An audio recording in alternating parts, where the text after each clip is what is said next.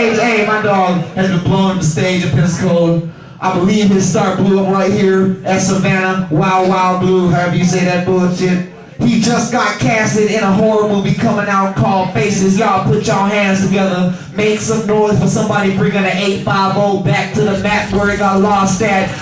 Put your hands together for my dog, Kay Johnson!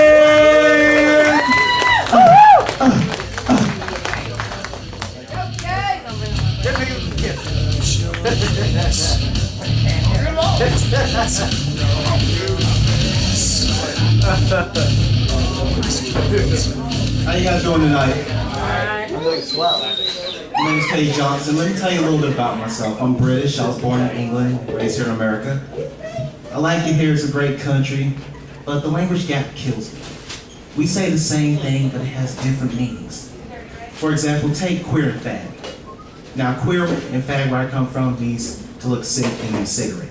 Here, they're derogatory word for gays. You gotta be careful. You can't throw these words around just anywhere. I mean, you could be in the hood and say, "Oh, I'm feeling too queer to smoke a fag." You'll get your ass kicked. I was at St. Jude's doing charity work because I love kids. And I put on shows for them all the time. Yeah! Thank you.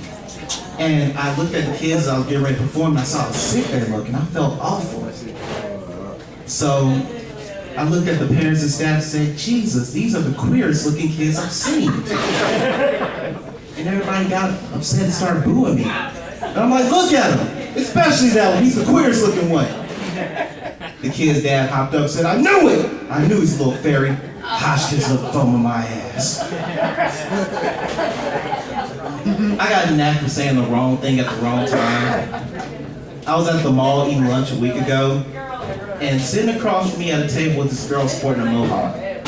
Now that wasn't the strange part about it. What was strange was those multicolored, green, blue, yellow, that kind of shit.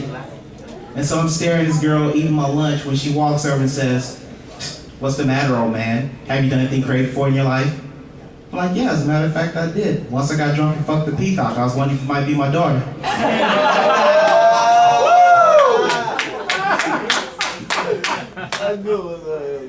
I'm a very festive person. I like to get in the spirit of the holidays. Like this past month was November, Thanksgiving. So I like to have what I call Thanksgiving sex. That's when I dress up as a pilgrim and I dress my girlfriend up as an Indian squaw.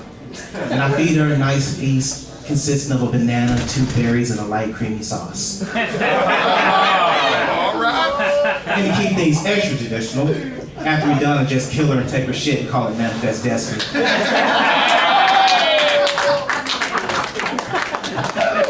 I'm a sex addict. It's my drug of choice is like pot. I keep telling myself, I ain't addicted, I can quit anytime. And my hand's like, who are you trying to convince, me or you? But sex is like food. Guys, for us, sex is like McDonald's. I mean, a threesome, some girl-on-girl action, a little spanking, I'm loving it. Me personally, I like a girl who's flexible, talks dirty, and got an oral fixation. Now that right there is some KFC pussy. So S-O-G-O-O-D good. I like oral, I love the way it feels, and I love the way it tastes. Oh yes, Miss Appleby, I love to eating good in your neighborhood. But eating pussy's like Subway. I mean, if you're gonna eat fresh. Which is good advice.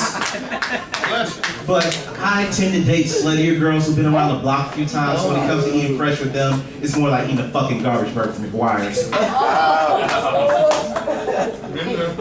Hey, something there for everybody, brother. I masturbate a lot, and it's not because I can't get laid, but because I'm scared of getting AIDS. I mean, people get disease like it's a thing to do. And I mean, masturbation is the safest form of sex in the world, and the beauty part about it is you can't get it pregnant, there's no commitments, it doesn't nag you or remind you about the anniversary. There's no period, and it never says no.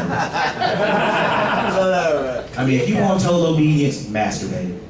When's the last time your hand turned you down for sex? You in the mood tonight, honey? No, not tonight. I got a headache and I got cramps. Maybe tomorrow. It's cool. My left hand turned me down. I sat on my right hand over here. 15 minutes and I fucked it.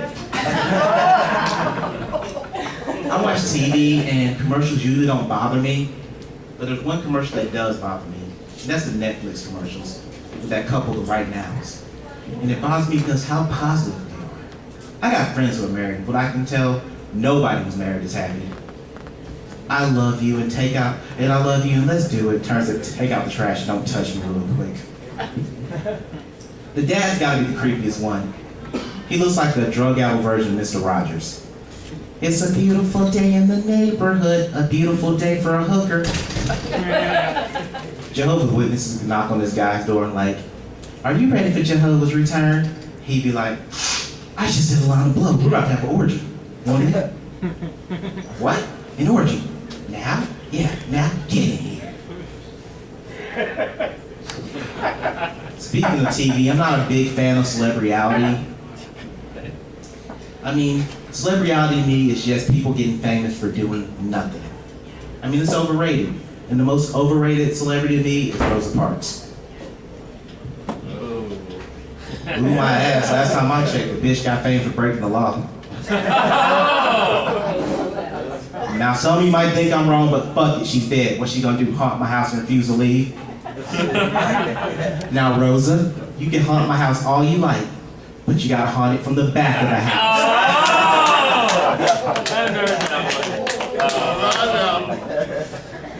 Fuck it, this is comedy. So sweet. Don't play me off.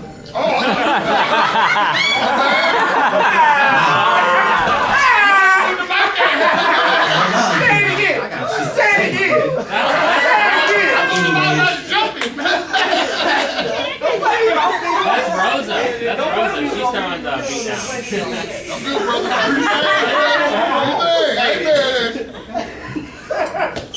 You know what? We're a lot like animals in certain ways.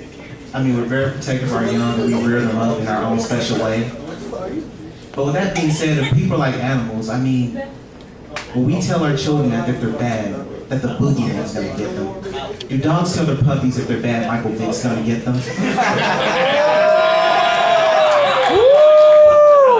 I mean, seriously. Or if you're a cat, I mean, you tell your kid that they're bad, that Margaret Cho's gonna eat them or some shit like that. You keep it up. We're gonna go to Hoonan's and guess who ain't coming home? I like my dog medium rare. Yeah. Last thing I'm gonna finish with. It's happened a while back, but it still just trips me out. This guy in Japan married his Nintendo DS. Uh-oh. Yeah, that ain't weird or nothing. But my thing is, how would they handle disputes like cheating? I mean, he comes in and sees some guy playing his DS, and he confronts it afterwards. You whore! You let him play with you. You liked it, didn't you? Is he better than me? Is his thumb bigger than mine? Oh my God, tell me he continues. Fucked up, right? But could you imagine if it was the other way around? He comes in late and his DS is on the table bitching at him. Where were you?